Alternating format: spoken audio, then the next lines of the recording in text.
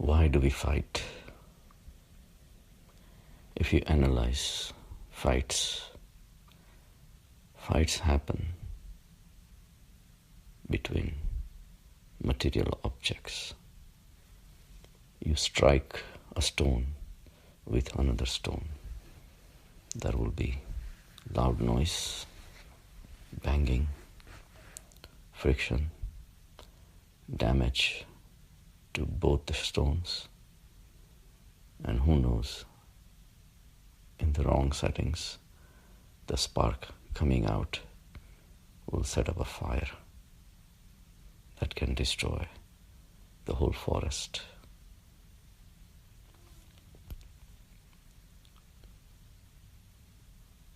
On the other side,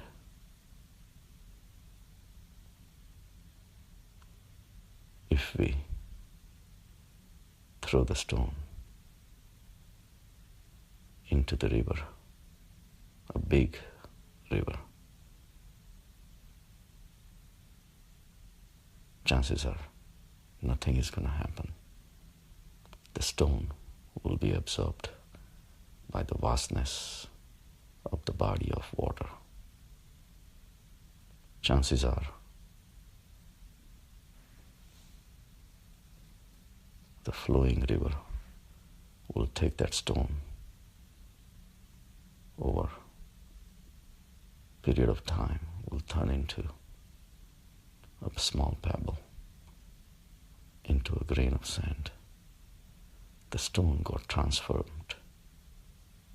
It got transformed from a huge boulder to a tiny grain of sand.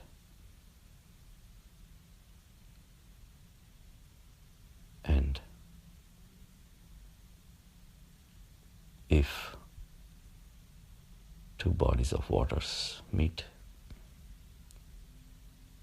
huge rivers flowing gently, if they meet, like in Prayag, where the two rivers meet, it becomes another river flowing gently in peace. Interactions of stones creates destruction, noise. Interaction of a stone and the river transforms the stone, and interactions of two rivers creates another beautiful river. Stones are material. When people fight, why there are frictions? Why there are fights? Why people around them get hurt?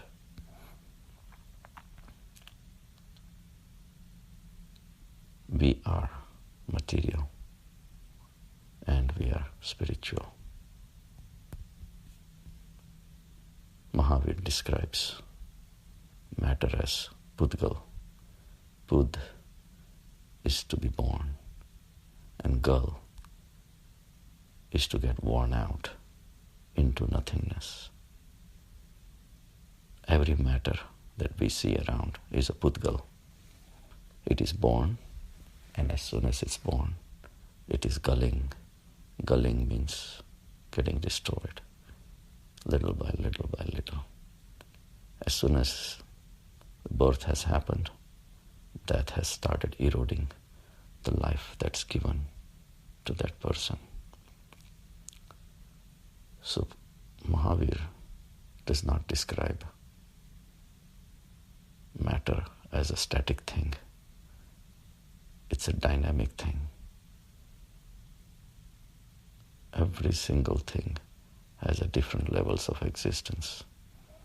Whether it's a life of a 80, 90, 100-year-old person, or a turtle who lives 500 years, or stones which may live millions of years. But everything is in a flux. It's a constant process.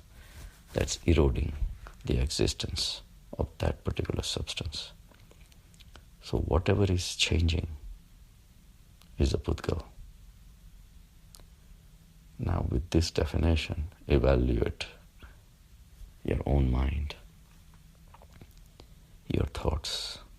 As soon as they arise, it already has a short life. Within few seconds, few minutes, few hours, few days, it disappears. Some people hold on to their ideas for the whole life. But if life could not take it away, death will take it away, and everything merges into nothingness. So your ideas, your thoughts, your beliefs are Pudgal. How long can your belief last? You think properly, and your belief can change. A fanatic being exposed to a saint can walk away with a fate of becoming another saint, and vice versa. So fixed ideas, fixed beliefs, they're all Pudgal. And put this all together becomes your ego, your identifications. There are some egos which are necessary. Being a male, being a female, your roles in the society, that you have to be the best father, best mother, best brother, best son, and best husband, and best wife. These are your natural egos which you have to utilize to carry out the function of the life. A lot of other egos are self-appointed to control the crowd, being a leader.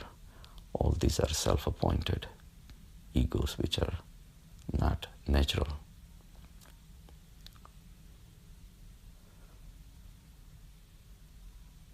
So, ego also can disappear. Ego may want to refuse to disappear, but it can disappear, except to the basic egos, which is the gift of the nature.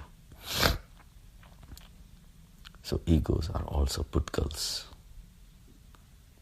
So when fights happen, it's the egos which are fighting. If one person can live in a state of bliss and has found his spiritual existence and has vastness of the universal consciousness, if an ego comes in charging towards him or her, this vastness which they have experienced within will be able to absorb this attack of the ego with infinite passion, infinite patience rather, infinite peace and infinite bliss that they have experienced within, will be able to take the shocks of the ego, and maybe someday egos will disappear, coming in contact with this infinite ocean of consciousness.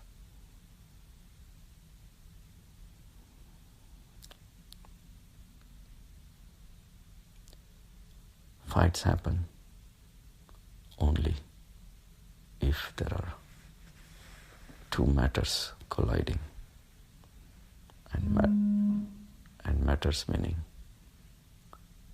extension of matter into your mind in the form of ideas, beliefs, thoughts.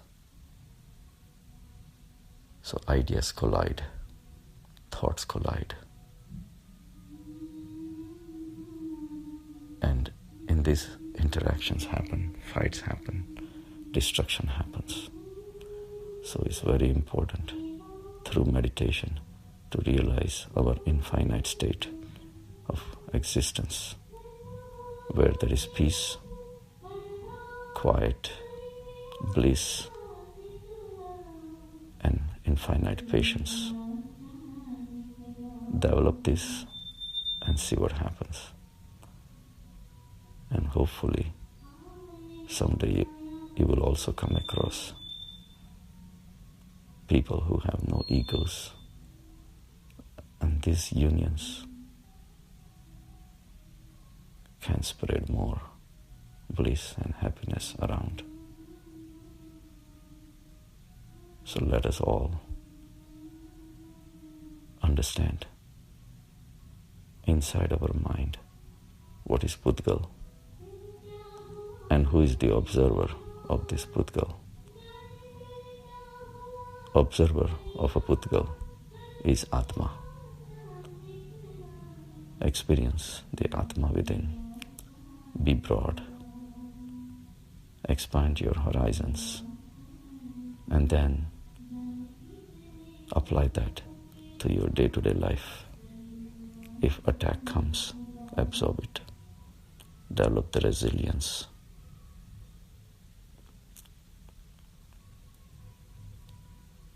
Be vigilant. Where to use, which thoughts to use, what sentences to speak, because all these are matter. Speak wisely, act wisely.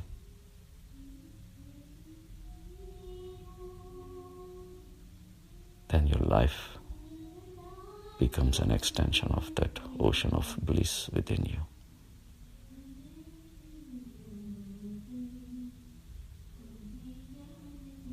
Even in the relationships, husband and wives,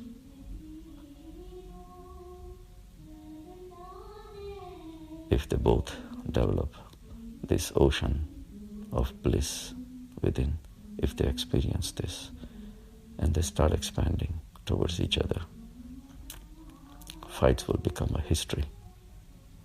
Life will become peaceful. And peace is where the progress is, because that's where the consciousness will be working in your life rather than your imaginary ego, which only destroys you as well as people around you. Realize this Sanatan truth, Sanatan Dharma, and strive to become an ocean rather than a stone. Have a good